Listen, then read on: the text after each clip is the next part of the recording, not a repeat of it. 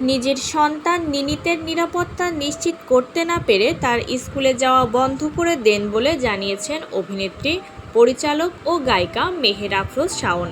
বৃহস্পতিবার ৭ই মে সামাজিক যোগাযোগ মাধ্যম ফেসবুকে এক পোস্টে এই কথা জানান তিনি। পোস্টে মেহের আফরোজ শাওন লেখেন, আগামীকাল ৮ই মে থেকে আমার কনিষ্ঠ পুত্র নিনিত হুমায়ুন সাহেবের ও লেভেল পরীক্ষা শুরু হবে। নিনিত সাহেবের বয়স ১৫ বছর। ওনার এবার অষ্টম শ্রেণী শেষ করে নবম শ্রেণীতে উত্তীর্ণ হবার কথা ছিল। তিনি পড়তেন সিজিএসডি নামক বনানীতে অবস্থিত চমৎকার একটি স্কুলে। ৫ই আগস্ট ২০২৪-এর নতুন স্বাধীনতার পর শুধুমাত্র ফেসবুকে নিজের মত প্রকাশের জন্য আমার গাড়িতে ৩বার মববাজেরা আক্রমণ করে। প্রতিবারই ড্রাইভারের সাথে নিনিত গাড়িতে ছিল, স্কুল থেকে ফিরছিল। তৃতীয়বার আমার ড্রাইভারকে মারধর করে গাড়ির মূল কাগজপত্র কেড়ে নেওয়ার পর থানায় জানাতে গেলে তারা জিডিতে লেখেন, অসাবধানতাবশত গাড়ির কাগজপত্র হারিয়ে গেছে।